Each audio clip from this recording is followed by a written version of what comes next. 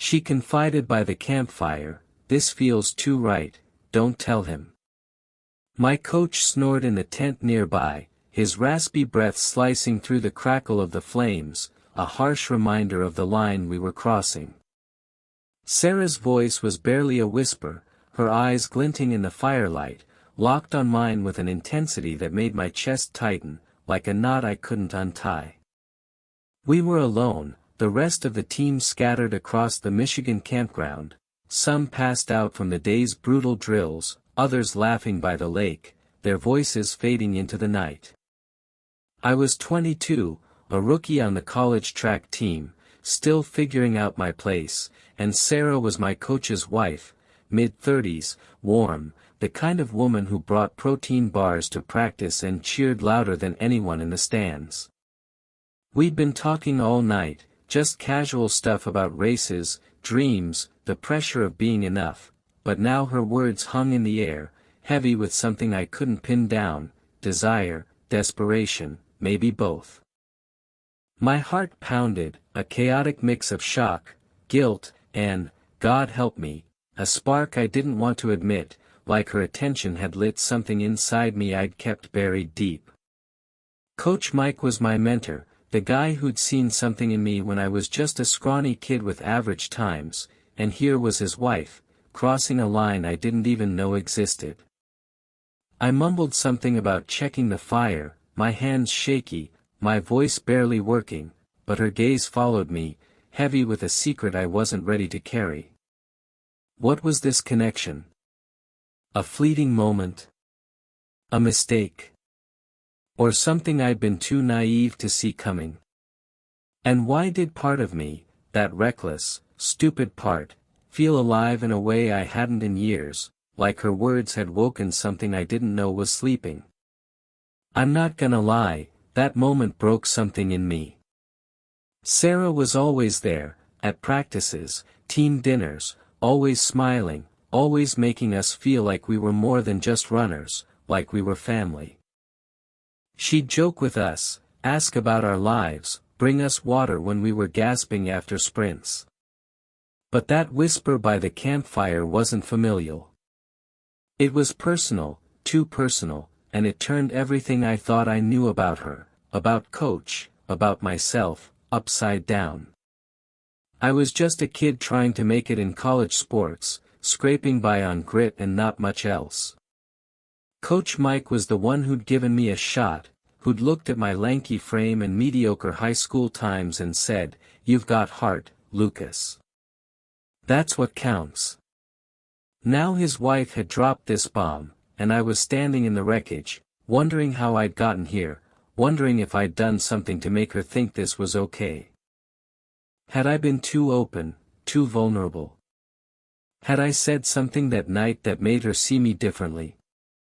I wanted to bolt, to pack my tent and hike out of that campground, but we were miles from anywhere, no cell service, no escape, and her words kept echoing in my head, making sleep impossible, making me question every moment I'd ever spent around her. My name's Lucas, and I've always been the guy who grinds, not the guy who shines.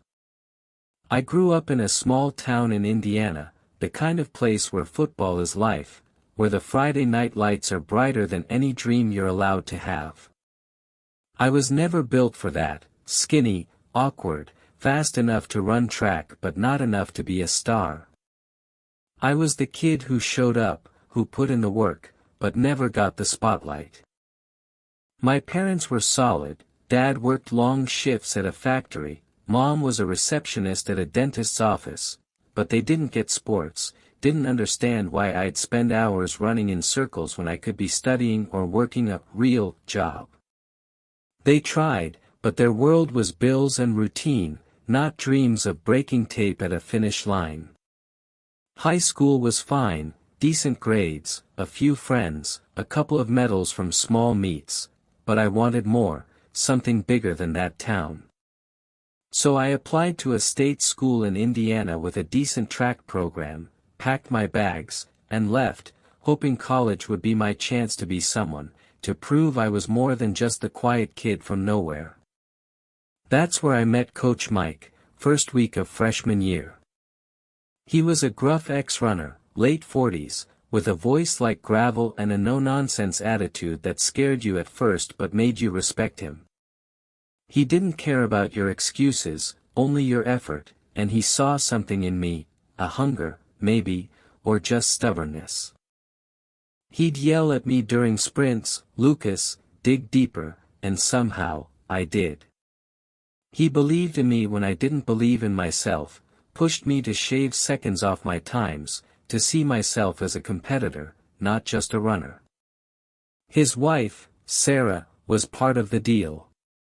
She was always at practices, meets, team dinners, always there with a smile, a cooler of drinks, a tray of snacks. She'd ask about my classes, my goals, my life back home, and I'd answer, feeling like she cared, like she saw me as more than just another guy on the team. I liked her, sure, but as coach's wife, as part of the team's family, not like that. Or so I thought. Looking back, there were moments that felt off. The way she'd hold my gaze a second too long, the way her hand would linger on my arm when she handed me a towel after a meet. I thought it was just her being nice, maternal, but now, after that campfire, those moments felt like breadcrumbs I'd been too blind to follow. This retreat was supposed to be a bonding thing, a weekend in the woods to build team spirit before the season kicked off. We were at a campground in Michigan, all tents and bonfires, no cell service, just us, the lake, and the stars. I'd been excited. Coach was big on these trips, said they made us a family, not just a team. Friday was brutal, sprints, relays, team drills until my legs were jelly and my lungs burned. That night, we gathered around the campfire, Coach telling stories about his racing days, his voice booming, Sarah passing out marshmallows, the team laughing, relaxed for once. I didn't think twice when she sat next to me, her knee brushing mine as she asked about my plans after college, what I wanted from life. I opened up, maybe too much, talking about how I felt like I was always chasing something I couldn't catch, success, maybe, or just a sense of being enough. I told her about my fear of letting Coach down, of not living up to the chance he'd given me. She listened, her eyes soft, her smile warm, and it felt good, like someone saw me, really saw me, for the first time in a while. But then the team drifted off, Coach went to bed, and it was just us, the fire dying, the air thick with something new, something dangerous. That's when she said it, her voice low, her words shattering everything. The rest of that night was pure torture. I stayed by the fire, poking at the embers, pretending I needed to keep it going, but really, I was avoiding her eyes, her presence, which felt like a weight pressing down on me. Coach's snores echoed from their tent, loud and steady, a constant reminder of who she was, who I was supposed to be. I wanted to wake him up, to blurt out what she'd said, to get it off my chest, but what could I say? Your wife thinks we're connected. It sounded ridiculous, and I was terrified he'd think I'd done something, that I'd crossed the line, not her. I finally crawled into my tent, the sleeping bag cold, the woods too quiet, and lay there, staring at the canvas ceiling, replaying her words, her closeness, the way her hand had brushed mine when she spoke. What was this connection she felt? Was it just that conversation, the way I'd spilled my fears? Or had I missed something, some signal I'd been too dumb to see? The guilt hit like a punch, like I'd betrayed Coach just by sitting there, just by not shutting her down right away. But that spark, that stupid, dangerous spark, was there too, flickering in the dark, making me wonder what it meant, why she'd chosen me, what she saw in me that I couldn't see myself. Morning came too soon, and I hadn't slept, my eyes gritty, my head pounding like I'd run a marathon in my sleep. Breakfast was chaotic, the team scarfing down eggs and bacon, coach barking about the day's schedule, more drills, more bonding. Sarah was there, flipping pancakes on a camp stove, her hair tied back, smiling like nothing had happened. "Sleep okay, Lucas?" she asked, her voice light but heavy with something unspoken, and I mumbled a yes, my hands shaking around my coffee mug, spilling a little on my shirt. Coach was right next to me, talking about our next meet, his hand on my shoulder, and I nodded along, barely hearing him, my mind stuck on her whisper, on the way her eyes had held mine. I kept my distance all day, sticking with the team, throwing myself into drills, running until my lungs burned, anything to avoid being alone with her. But her presence was everywhere, her laugh carrying across the campsite, her voice calling out encouragement during relays, the way she'd catch my eye when coach wasn't looking. Every moment felt heavy, like I was carrying a secret I didn't ask for, a weight that grew with every glance, every smile.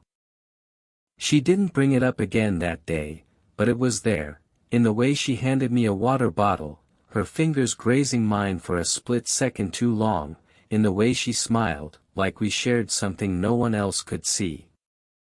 I told myself I was imagining it, overthinking it, but the tension was real, like a storm cloud hovering, waiting to break. That afternoon, coach paired us up for a team-building hike, and somehow, I ended up with Sarah, just the two of us trailing the group through a winding forest trail. My stomach churned, but I tried to keep it normal, talking about the trees, the lake, the weather, anything to fill the silence, to keep it safe. But she went quiet, her steps slowing, her eyes fixed on the ground. Then she stopped, looked at me, and said, "Lucas, about last night, I meant it. There's something between us, something real." My heart stopped, my breath catching, the forest suddenly too small, too close. "Sarah, no," I said, my voice sharper than I meant, stepping back. "You're coach's wife. This can't happen. It's wrong." She flinched, her eyes wet, her voice barely a whisper. "I know," she said. I feel alive when I talk to you, like I'm more than just his wife, just the team mom." I shook my head, my hands clenched, and sped up, catching up to the team, my chest tight, the guilt and fear crashing over me, that spark still flickering, shameful and bright, making me question what I was capable of, what I really wanted. The retreat ended the next day, and I thought getting back to campus, back to routine, would make it fade, like the distance would erase her words, her look, that moment. I threw myself into practice, into classes, trying to focus on my times, my grades, anything to drown it out. But Sarah didn't let it go. A few days later, my phone buzzed late at night, an unknown number. "Can we talk?" Just us. My heart stopped, my hands sweaty as I stared at the screen, knowing it was her, even without a name. I didn't reply, just sat there, my thumb hovering over the delete button, my pulse hammering in my ears. I wanted to block her, to shut it down, but I didn't, and I hate myself for that. Why? Was I scared? Curious? Or just too weak to do the right thing? More texts came, always late, always vague but heavy, like a weight I couldn't shake. "I can't stop thinking about you. You felt it too, didn't you?" I'd delete them, one after another, but they stayed in my head, each one a reminder of that night, that whisper, that spark I couldn't kill. Being on the team made it unbearable. I'd see Sarah at practices, at meets, always there, always smiling, always watching from the sidelines, her presence a constant pull, a constant reminder. Coach was the same, gruff, supportive, yelling at me to push harder, to be better, but every time he looked at me, every time he clapped me on the back, I felt like a fraud, like I was hiding something that could destroy him, destroy the team, destroy everything I'd worked for. The guilt started to eat me alive. I'd be running laps, coach shouting split times, and I'd feel her eyes on me, her presence like a shadow I couldn't outrun. I started screwing up, missing starts, tripping in relays, my focus completely shot. My teammates noticed, asked if I was okay, but I brushed them off, said it was just a slump, just school stress. Coach pulled me aside one day after a bad practice, his eyes narrowing. "Lucas, what's going on? You're not yourself." I wanted to tell him, to spill everything, to get it off my chest, but the words wouldn't come. "How do you say, your wife thinks there's something between us? How do you admit that without sounding like you're part of it, like you wanted it?" I lied, said it was just classes, pressure, life, but he looked at me like he knew there was more, like he could see the cracks I was trying to hide. I started avoiding team events, skipping optional practices, running alone on the track at dawn, anything to keep my distance from Sarah, from Coach, from the secret that was eating me up. But she was always there, at every meet, every team gathering, her eyes finding mine, her smile too warm, too knowing. Her texts kept coming, once a week, then twice, always late at night, always with that desperate edge, "I know it's wrong, but I feel something real. You're different, Lucas." I hated how they made me feel, hated that part of me wondered if she was right, if there was something there, something I was too scared to face, something that made me more than just the grinder I'd always been. It wasn't just the texts. It was the memories, the way they twisted in my head. I'd replay every moment with Sarah, every practice, every meet, every time she'd handed me a drink or asked about my life. Had there been signs I'd missed? Had I been too open that night by the campfire, spilling my fears about failing, about not being enough? Had I given her something to hold on to, some reason to think I felt the same? I started second-guessing every interaction, every smile, every time she'd laughed at my dumb jokes or touched my arm during a conversation. Was it all in my head, or had she been building to this, waiting for a moment to say it out loud? The guilt was relentless, like I'd betrayed Coach just by existing, just by being the guy she chose to confide in. But that spark, that shameful, dangerous spark, kept flickering, making me wonder what it would be like to say yes, to cross that line, to see what she saw in me. I hated myself for it, hated that I couldn't just shut it off, that part of me was curious, drawn to the danger, to the idea that someone like her could see me as more than just Lucas, the kid who runs. Things got worse a month later, at a team dinner at Coach's house. I didn't want to go, tried to make an excuse, midterms, exhaustion, anything, but Coach insisted, said it was mandatory, that I needed to show up for the team, that I'd been distant lately. I went, telling myself I could handle it, keep my distance, stay focused. The house was packed, the team sprawled across the living room, kitchen, backyard, eating pizza and wings, laughing, loud. Sarah was there, playing the perfect host, refilling drinks, joking with the guys, but her eyes found mine across the table, lingering too long, cutting through the noise like a blade. I stuck close to my teammates, talking about races, avoiding her, but after dinner, when Coach was distracted, showing off his old track trophies to a few guys, she cornered me in the kitchen. I was grabbing a soda from the fridge, and she was there, her voice low, her eyes intense. "Lucas, I can't keep pretending," she said, stepping closer, her hand brushing my arm. "This connection, it's real, isn't it?" My hands shook, my voice sharp, cutting through the panic. "Sarah, stop. This isn't right. Coach trusts me, the team trusts me. She stepped back, her face crumpling, tears in her eyes, but she nodded and walked away, leaving me standing there, the guilt crashing over me like a tidal wave, that spark still flickering, bright and dangerous, making me question everything, who I was, what I was capable of, what I really wanted. I couldn't keep living like this, carrying this secret, dodging her, lying to Coach, to myself. I knew I had to do something, to end it before it destroyed everything, my spot on the team, my relationship with Coach, my sense of who I was.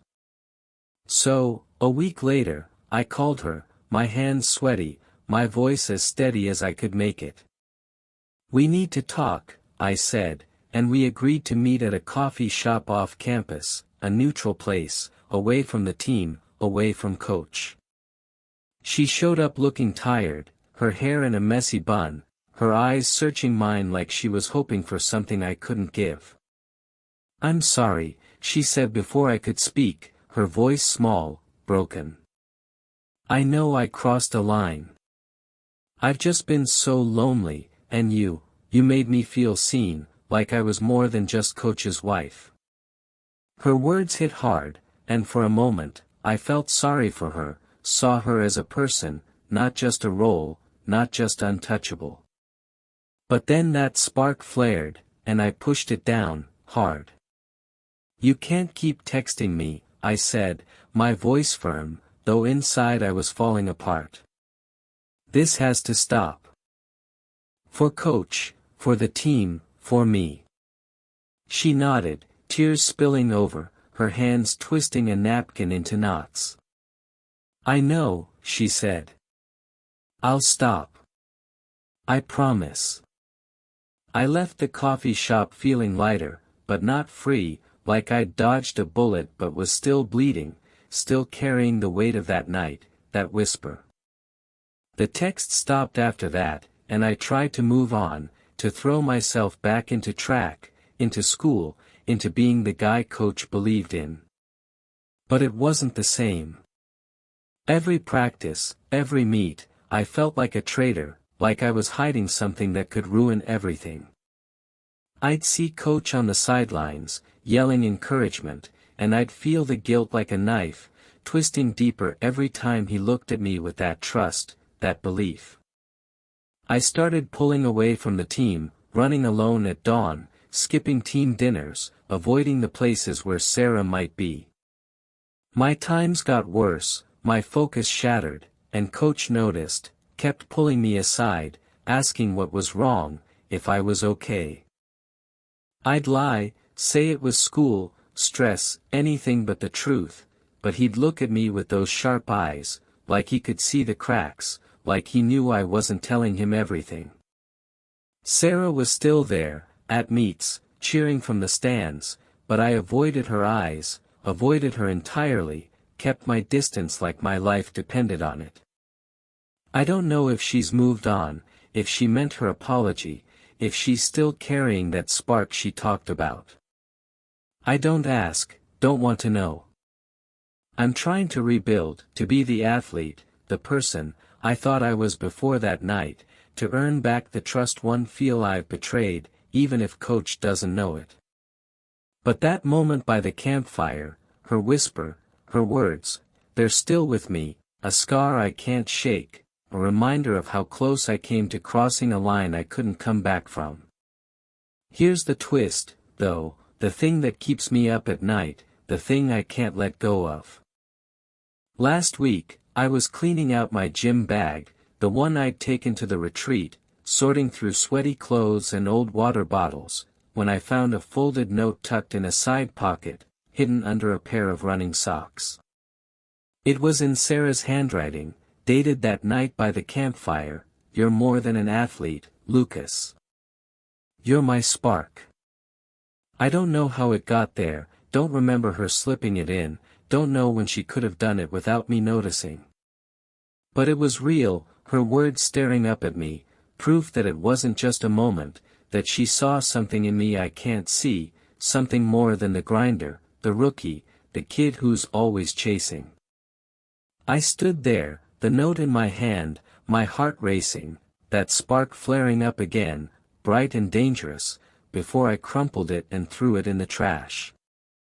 But it's still there, in my head, in my chest, that curiosity, that question of what could have been, buried under layers of guilt and shame, making me wonder if I'm the person I thought I was, if I'm capable of being more, or less, than I believed. Would you hide a bond that could shatter a team? Would you carry a secret that could break everything you've worked for? Drop your thoughts in the comments. I need to know I'm not alone in this. And if this story hit you, share it with someone who's felt the weight of a moment they couldn't undo.